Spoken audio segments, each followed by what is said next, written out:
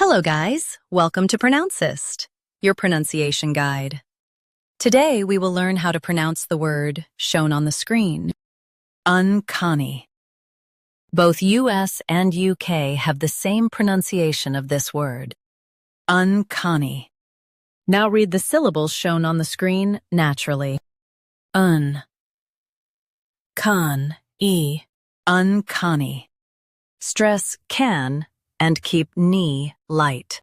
Un, can, e, uncanny. Stress can and keep ni light.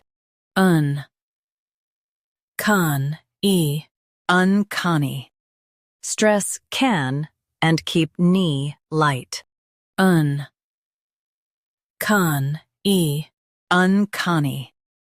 Practice repeatedly and you'll soon be able to say this word perfectly. The best way to practice is to repeat the syllable multiple times. The meaning of the word is strange or mysterious quality.